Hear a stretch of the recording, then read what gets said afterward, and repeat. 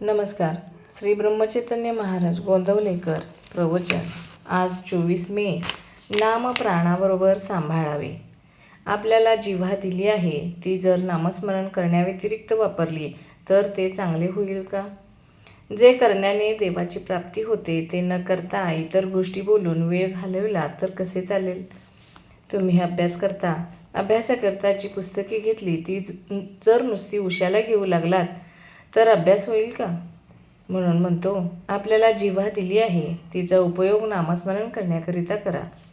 प्रकृती चांगली सदृढ आहे, चांगले धट्टेकट्टे पाय आहेत. ते जर देवाच्या प्राप्तीकरता वापरले नाहीत तर पाय नसलेले काय वाईट? तुमच्यापुढे ब्रह्मानंद बुवांचे प्रत्यक्ष उदाहरण असून असे का करता? त्यांनी काय केले पहा.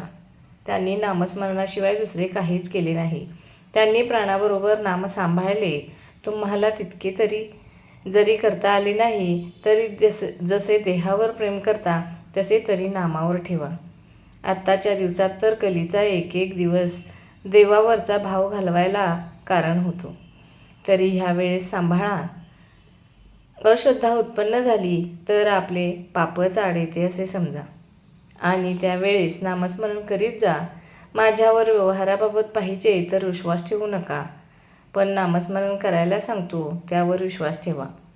नाम व्यवहाराकरिता उपयोगात आणू नका. नामस्मरण नामाकरताच करीत जा, म्हणजेच खरा आनंद तुम्हाला मिळेल. दिवसातून किती वेळ नामात घालविला त्याचा रोज विचार करीत जा आणि काही वेळ तरी नामात घालविण्याचा निश्चय करा, म्हणजे विश्वास वाढत जाईल. खरे समाधान तुम्हाला नामातच मिळेल. भगवंताचे नाम हे स्वयंभू आणि स्वाभाविक आहे. नामाबद्दल संशय किंवा विकल्प आले तरी ते तसेच आग्रहाने घ्यावे. सर्व संशय आपोआप नाहीसे होतील. खरोखर भगवंताचे नाम हे बँकेत ठेवलेल्या पैशाप्रमाणे आहे.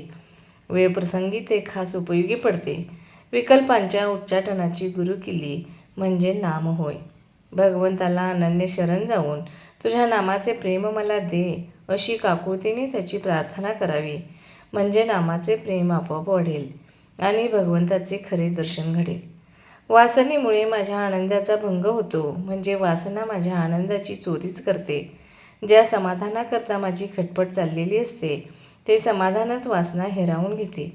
नामस्मरणाने या वासनेला योग्य दिशा मिळते.